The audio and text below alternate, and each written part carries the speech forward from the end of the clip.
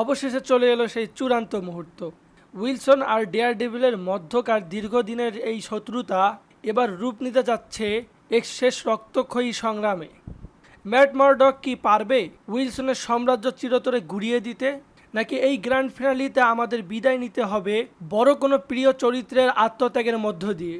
চলুন এক সেকেন্ডও নষ্ট না করে দেখে নেওয়া যাক এই সিজনের শেষ এবং সবচেয়ে ধামাকাদার নবম এপিসোডের এক্সপ্লেশন। নবম এপিসোডের শুরুটা হয় 1 বছর আগের একটি ফ্ল্যাশব্যাক সিন দিয়ে, যেখানে দেখা যায় যে ভ্যানেসা জেলে বেঞ্জামিন পয়েন্ডেক্সটারের সাথে দেখা করতে এসেছে, যাতে সে তার সামনে এমন একটি ডিল রাখতে পারে যা উভয়ের জন্যই লাভজনক হবে। ডিলটি ছিল খুব সিম্পল। ভ্যানেসা বেঞ্জামিনের ফরেন্সিক অ্যাকাউন্টেন্ট এবং তার উকিল ফগি নেলসনকে মারতে চায়, যাতে তাদের কেসের কারণে উইলসন আর ভ্যানেসার পোর্ট ব্যবসার কোনো ক্ষতি না হয়। এর বদলে ভ্যানেসা বেঞ্জামিনকে জেল থেকে বের করার প্রতিশ্রুতি দেয়। বেঞ্জামিনও এই ডিলে রাজি হয়ে যায়। অন্যদিকে বর্তমান সময়ে পার্টির ঘটনার পর ম্যাটকে হসপিটালে দেখি, যেখানে ক্রিস্টিন আর গেলেন তার সামনে দাঁড়িয়েছিল। ম্যাট কোনো দেরি না করে সরাসরি তাদের জানায় যে ফগিকে আসলে ভ্যানেসাই মারিয়েছে। ম্যাট ক্রিস্টিনকে বলে যে ফগি এমন কিছু একটা উন্মোচন করতে চলেছিল যার মাধ্যমে উইলসন পুরো শেষ হয়ে যেত। এর সাথে ম্যাট ক্রিস্টিনের কাছে ফগির ফাইলটি চায়, কিন্তু ক্রিস্টিন তাকে জানায় যে ফগি তো রিকোয়েস্ট ফাইল করেনি, তাই ওটা তার কাছে নেই। এদিকে পার্টি দুর্ঘটনার পর উইলসন আর ভ্যানেসা কিছুটা নড়ে গিয়েছিল।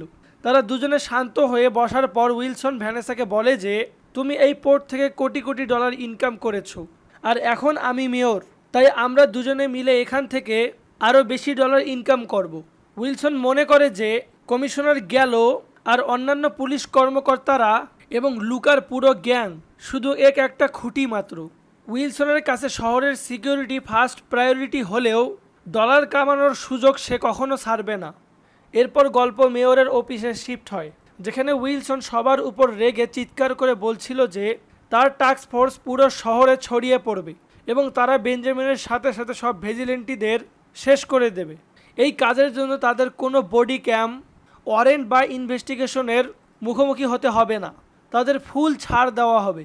সবসময়কার মতো মিস্টার গ্যালো আর শিলা এই বিষয়ের বিরোধিতা করে, কিন্তু উইলসন কারো কথা না শুনে শহরের সমস্ত রোড, হাইওয়ে আর ব্রিজ বন্ধ করার অর্ডার দিয়ে সেখান থেকে সবাইকে চলে যেতে বলে। সবাই চলে যাওয়ার পর উইলসন বাকের কাছে ম্যাটের খোঁজ নেয়। বাক জানায় যে ম্যাট হসপিটালে রিকভার করছে। এটা শুনে উইলসনের মাথায় একটি শয়তানি বুদ্ধি আসে। সে বাককে ইনডাইরেক্টলি হসপিটালে গিয়ে ম্যাটকে মেরে ফেলার ইঙ্গিত দেয়। উইলসন শহরের মানুষের সামনে দেখাতে চেয়েছিল যে একজন সাহসী লয়ার মেয়রকে বাঁচাতে গিয়ে নিজের প্রাণ বিসর্জন দিয়েছে, কারণ উইলসনের কাছে একজন ভিজিলেন্টির চেয়ে একজন মরা শহীদ বেশি কাজের। এরপর উইলসন সরাসরি শিলার সাথে দেখা করে এবং তাকে বলে যে এই অফিসে যারা উইলসনের প্রতি বিশ্বস্ত নয় তাদের এখনই চাকরি থেকে বরখাস্ত করে দাও। শিলা অফিস থেকে বের হতেই দেখে যে কমিশনার গেল তার সাথে কথা বলার জন্য অপেক্ষা করছিল। গেল সহজে দমে যাওয়ার পাত্র ছিল না। সে উইলসনের বিরুদ্ধে কমপ্লেন করার জন্য যে কোনো পদক্ষেপ নিতে প্রস্তুত ছিল। সে শিলার সাহায্য চাইলে শিলা বলে যে সে সরাসরি সামনে আসবে না, তবে উইলসনের বিরুদ্ধে বয়ান লিখে দিতে সে রাজি আছে। অন্যদিকে হসপিটালে বাক ম্যাটকে মারার জন্য পৌঁছে যায়, কিন্তু বাক ম্যাটের রুমের ভেতরে ঢোকার আগেই ম্যাট তার পায়ের আওয়াজ সেন্স করে নেয়। ঠিক তখনই পুরো সিটিতে বিদ্যুৎ চলে যায়। বাক রুমে ঢুকে দেখে যে ম্যাট সেখানে নেই। ম্যাট তার হসপিটালের ড্রেস পরেই সেখান থেকে পালিয়ে নিজের ঘরে চলে আসে। ঘরে আসতেই দেখে ফ্র্যাঙ্ক ক্যাসেল সেখানে তার জন্য ওয়েট করছে, যাতে উইলসনের টাস্ক ফোর্সের হাত থেকে ম্যাটকে বাঁচাতে পারে। ম্যাট সেন্স করে নেয় যে টাস্ক ফোর্স অলরেডি বিল্ডিংয়ের নিচে পৌঁছে গেছে। ফ্র্যাঙ্ক ম্যাটকে জিজ্ঞাসা করে যে সে কি এই হসপিটালের ড্রেসেই ফাইট করবে। তখন ম্যাট দ্রুত তার ডেয়ারডেভিল কস্টিউম পরে নেয়। টাস্ক ফোর্সের টিম ম্যাটের ঘরে এন্টার করতেই ফ্র্যাঙ্ক শটগান নিয়ে তাদের স্বাগতম জানায়। এখানে এক দুর্দান্ত ফাইটিং সিন দেখতে পাওয়া যায়, যেখানে ফ্র্যাঙ্ক মানুষকে মারার পরেও তার মাথায় গুলি করে যাচ্ছিল। অন্যদিকে ম্যাট বেশ সাধারণ পাঞ্চ মারছিল, যাতে ভুল করেও কারো প্রাণ না যায়। এক ইন্টেন্স ফাইটের পর ম্যাট আর ফ্র্যাঙ্ক সেখানে উপস্থিত সবাইকে শেষ করে দেয়। ফ্র্যাঙ্ক গুলির সেল দেখে ম্যাটকে জানায় যে হেক্টরকে মারার পেছনে আর কেউ নয়, বরং কোল নামের এক অফিসার ছিল। ফ্র্যাঙ্ক কোলকে মারতে গেলে ম্যাট তাকে আটকে দেয় এবং এখানে আবারও ম্যাট এবং পানিসারের পার্থক্য সামনে আসে। তাদের তর্কের মাঝেই ম্যাট সেন্স করে নেয় যে ঘরের ভেতরে কেউ গ্রেনেড ছুঁড়েছে। তারা দুজনে জানলা দিয়ে লাফ দেয় এবং নিচে একটি গাড়ির উপরে এসে পড়ে। ঠিক তখনই সেখানে একটি কার এসে থামে এবং সেখান থেকে ক্যারেন বের হয়। তারা তিনজন ফ্র্যাঙ্কের আস্তানায় যায়, যেখানে ক্যারেন ম্যাটের ইনজুরির ট্রিটমেন্ট করছিল এবং ফ্র্যাঙ্ক নিজেই নিজের ক্ষত সেলাই করছিল। ক্যারেন জানায় যে বেঞ্জামিনের জেল থেকে পালানোর খবর শুনতেই সে ফ্র্যাঙ্ককে ম্যাটের সেফটির জন্য তার ঘরে পাঠিয়েছিল। ম্যাট তাদের জানায় যে ফগিকে আসলে ভ্যানেসাই পোর্ট কেসে জেতার কাছাকাছি পৌঁছানোর কারণে বেঞ্জামিনকে দিয়ে মারিয়েছে। ম্যাটের ধারণা ছিল ফগির ফাইলে অবশ্যই এমন কিছু আছে যা তারা এখনও জানে না। ক্যারেনের মনে পড়ে ফাইলটি হয়তো তাদের পুরনো স্টোরেজে থাকতে পারে। এরপর ম্যাট আর ক্যারেন স্টোরেজের দিকে রওনা দেয় এবং ফ্র্যাঙ্ক বেরিয়ে পড়ে পোর্টে থাকা টাস্ক ফোর্সের পুলিশদের শেষ করতে। এদিকে ড্যানিয়েল উইলসনের ইশারায় কাউন্সিলের মিটিং ডাকে। উইলসন আসলে জানতে চেয়েছিল কাউন্সিলের কোন কোন মেম্বার তার প্রজেক্টের মাঝখানে বাধা হয়ে দাঁড়াচ্ছে। ড্যানিয়েল বাকের কাছে জানতে চায় কাউন্সিলের স্পিকারের সুইস অ্যাকাউন্টে কত টাকা আছে। বাক সবার সামনে রিভিল করে দেয় যে স্পিকারের অ্যাকাউন্টে 5,40,000 ইউরো রয়েছে। ড্যানিয়েল কাউন্সিলকে সোজা ভাষায় ওয়ার্নিং দেয় যে মেয়রের নজর তাদের প্রতিটা পদক্ষেপের উপর আছে। উইলসন চায় কাউন্সিলের সবাই তার ফুল সাপোর্ট করুক। অন্যদিকে বিবির রিপোর্টে দেখানো হয় যে শহরে ব্ল্যাক আউট হওয়ার পর চারিদিকে দাঙ্গা ছড়িয়ে পড়েছে। এরই মধ্যে 18-19 বছরের এক ছেলে দোকানে ভাঙচুর চালাচ্ছিল, যাকে উইলসনের টাস্ক ফোর্স গুলি করে মেরে ফেলে। অন্য এক অফিসার যখন বলে যে এ তো একটা বাচ্চা, তখন গুলি চালানো অফিসারটি মৃত ছেলের মুখে একটা মাস্ক পরিয়ে দেয় এবং বলে যে এ কোনো বাচ্চা নয়, এ একজন ভিজিলেন্টি ছিল। এদিকে ম্যাট আর ক্যারেন স্টোরেজে পৌঁছে ফগির ফাইলটি খুঁজে পায়।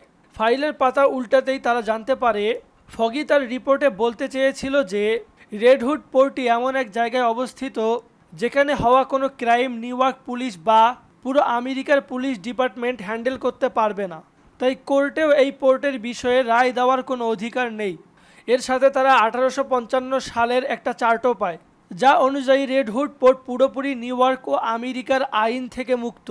এই পোর্টের মাধ্যমে আসা যাওয়া মালের উপর কোনো কাস্টম ডিউটি বা ট্যাক্স নেওয়া যাবে না। এটা দেখে তাদের মধ্যে প্রশ্ন জাগে যে পোর্টে আসলে কি তৈরি হচ্ছে। শহরে দাঙ্গা আরও তীব্র রূপ নেয়। টাস্ক ফোর্সের অফিসাররা অকিটকিতে কথা বলছিল যে ম্যাট আর ক্যারেনের কোনো খোঁজ নেই এবং পানিসার ও ডেয়ারডেভিলও তাদের হাত থেকে বেঁচে পালিয়েছে। এক অফিসার বলে তাদের রেডহুড পোর্টে গিয়ে খোঁজা উচিত। এই কথা শোনা মাত্রই ফ্র্যাঙ্ক একা রেডহুড পোর্টে পৌঁছে টাস্ক ফোর্সের লোকদের মারতে শুরু করে, কিন্তু সেখানে অফিসারের সংখ্যা অনেক বেশি থাকার কারণে তারা ফ্র্যাঙ্ককে ধরতে সক্ষম হয়, যদিও ফ্র্যাঙ্ক তাদের অর্ধেকের বেশি মানুষকে অলরেডি মেরে ফেলেছিল। মেয়রের অফিসে শিলা উইলসনকে কমিশনার গ্যালোর একটি গোপন রেকর্ডিং শোনায়। এটা শুনে উইলসন বেশ রেগে যায়। কমিশনার গ্যালো যখন তার ডিপার্টমেন্টের কিছু সৎ পুলিশ অফিসারদের কাছে পৌঁছায়, দেখে সেখানে উইলসন আর বাক অলরেডি উপস্থিত আছে। উইলসনের ভয়ে সেই পুলিশ অফিসাররা গ্যালোর দিক পরিবর্তন করে উইলসনের দলে চলে যায়। রেগে গিয়ে গ্যালো উইলসনকে বলে যে তুমি আগেও কিংপিন ছিলে আর এখনও কিংপিনই আছো। এই কথা শুনে উইলসন গ্যালোকে মারতে শুরু করে। উইলসন নিজের 2 হাত দিয়ে কমিশনার গ্যালোর মাথায় এত জোরে চাপ দেয় যে এক হাতে তার চোয়াল আর অন্য হাতে তার মাথার খুলি চলে আসে। এই ভয়ঙ্কর দৃশ্য দেখে বাকি পুলিশদের মনে সামান্যতম অনুগত্য পুরোপুরি শেষ হয়ে যায়।